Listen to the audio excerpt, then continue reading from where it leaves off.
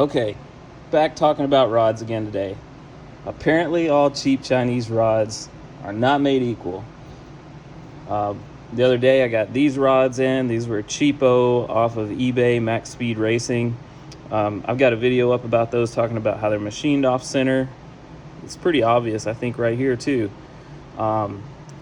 Wrist pin ends machined off center, and they're all inconsistently. So some are more this way, some are more this way on the forging itself.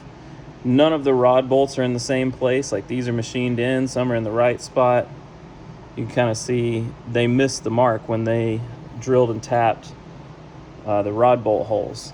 So I don't know if that's okay or not. I don't feel good with it, so I ordered some more cheap rods.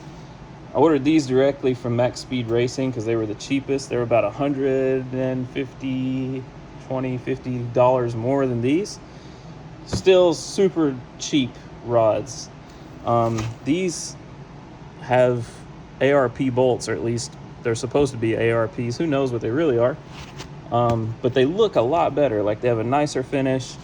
For one, they're all machined the same, at least to the eye. I haven't mic'd them out or anything.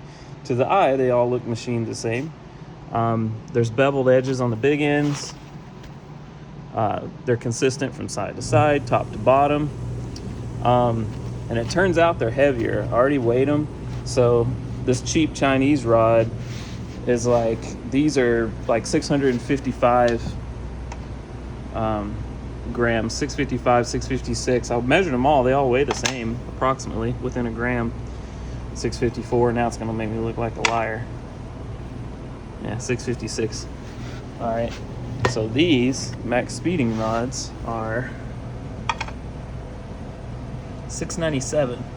So quite a bit heavier. So, excuse me. Clearly, these aren't the same forging. Like I thought, almost all these Chinese rods are the same.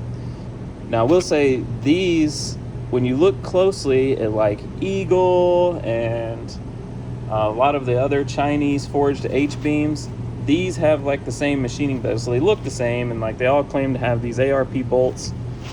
I think these are probably the same or closer to some of the Chinese H-beam rods like Eagle and whatnot, but these are definitely not even close. I don't know what these are, man, but yeah, I would probably stay away from these, but I think these are going to be okay. Taking these to the machine shop tomorrow. They said they need the rods, the pistons, one set of rings, one bearing shell, and the crank.